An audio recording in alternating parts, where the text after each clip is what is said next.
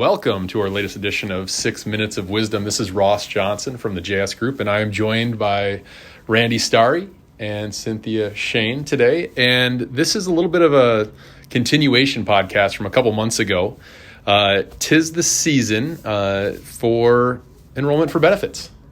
It's coming up. Most companies have enrollment right around the November timeframe because they go live on January 1. So we thought we'd just kind of pick up where we left off a couple months ago, where we went through my pay stub and the benefits on there, and just talk through some of our favorite benefits, some of the benefits that we think are important to talk about, and comment on those. But Cynthia, why don't you talk a little bit about why it's important to take the time to read through the offerings? Yeah.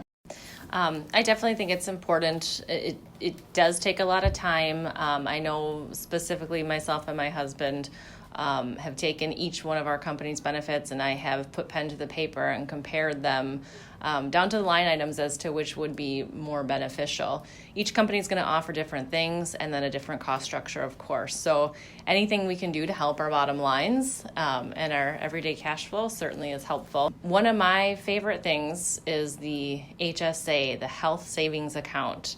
It's one of my favorite things. It's also one of the things I get on a little soapbox about because with the IRS regulations around it. But and I think you've done that on a few podcasts before, as well as client meetings. So I won't revisit some of those items, but it's very important to look at what type of plan you might need based on what your healthcare needs are.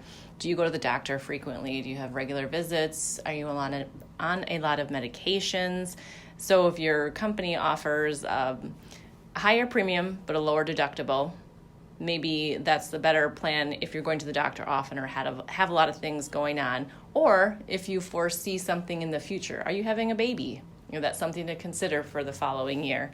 Or taking a look at the lower premium, higher deductible if you're not going as frequently. And that means more dollars that you can maybe put into that health savings account. Why don't you explain the tax benefit of that health savings account? So the greatest thing about that is that it's all pre-tax dollars going into that health savings account.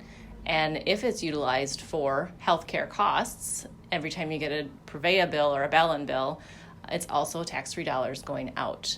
And then the beauty of that too is if you're able to get yourself to a level that you can build up some cash reserve, you can start to invest those funds inside of the health savings account.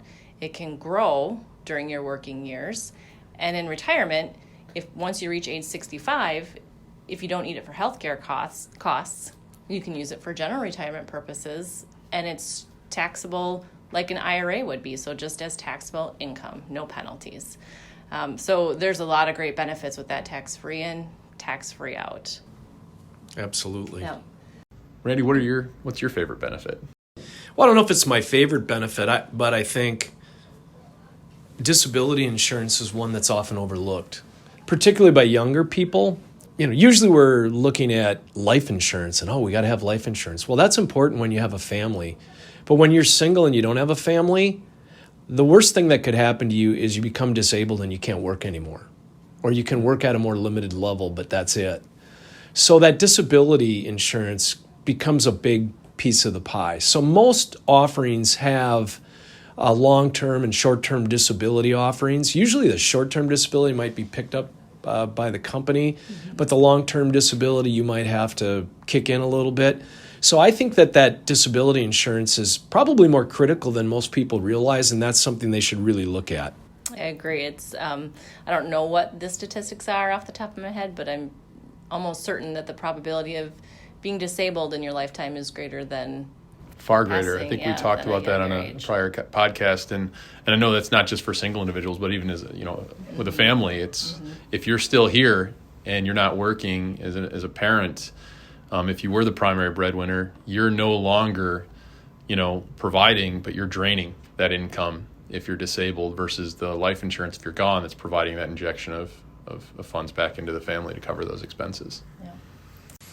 So what else do we need to talk about, Ross? Well, I think, now there's something a lot of people will look at their budgets, and as you're looking at what your raise may be, if you're lucky enough to get one, or looking at your income level and your cash flow, now is a great time to look at potentially upping your contribution to your 401k if you can, and it makes sense, as well as reviewing, should you be using a Roth 401k versus a standard traditional 401k, and putting money aside tax-free. And there's a couple things that usually come into that decision making, and I think it's age has a lot to do with it, as well as your income level and where you're taxed at right now. So with a lot of the proposed tax changes, tax rates likely to go up, especially on the higher end of the income scale. Maybe you need that break a little more, so you leveraging the traditional IRA or traditional 401k makes more sense now. But if you are younger, or maybe you're not at that highest tax bracket, being able to shelter money into a Roth 401k, especially greater than the regular $6,000-$7,000 limit that goes into an IRA, this is a great way to do that. Yeah. And I think, generally speaking, then an importance at open enrollment time is really just to understand what your company offers. Maybe there's things out there that won't impact you now, but knowing that they're there if they need to or could impact you in the future. Like what? Like pet insurance, legal services, even with the pet insurance, it sounds silly, but we had a puppy that broke their hip in the first 3 months, and it was like a $1,500 bill. You can have a little insurance to help along the way. It certainly makes a difference.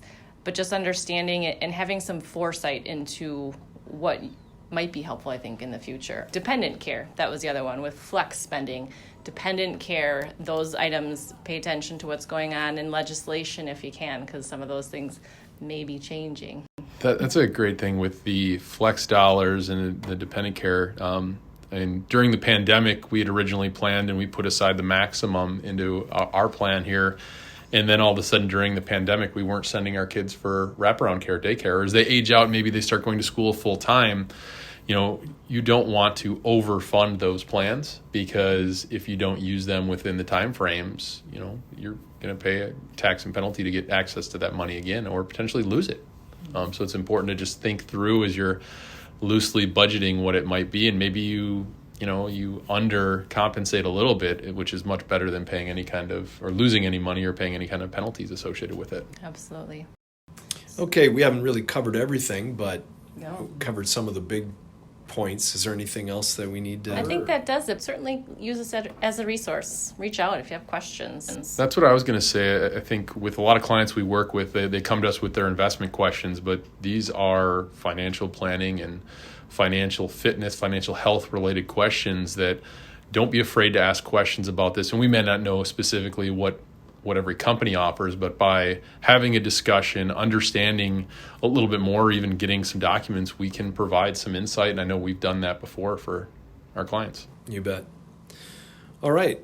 Well, I think that covers it for today. Thank you very much for listening. If you enjoy hearing our podcast, please subscribe via Spotify, or ask Alexa to play Apple Podcast 6 Minutes of Wisdom. You can also find us on Amazon Music, and you can find us on Apple Podcasts. Thank you very much. Thank you.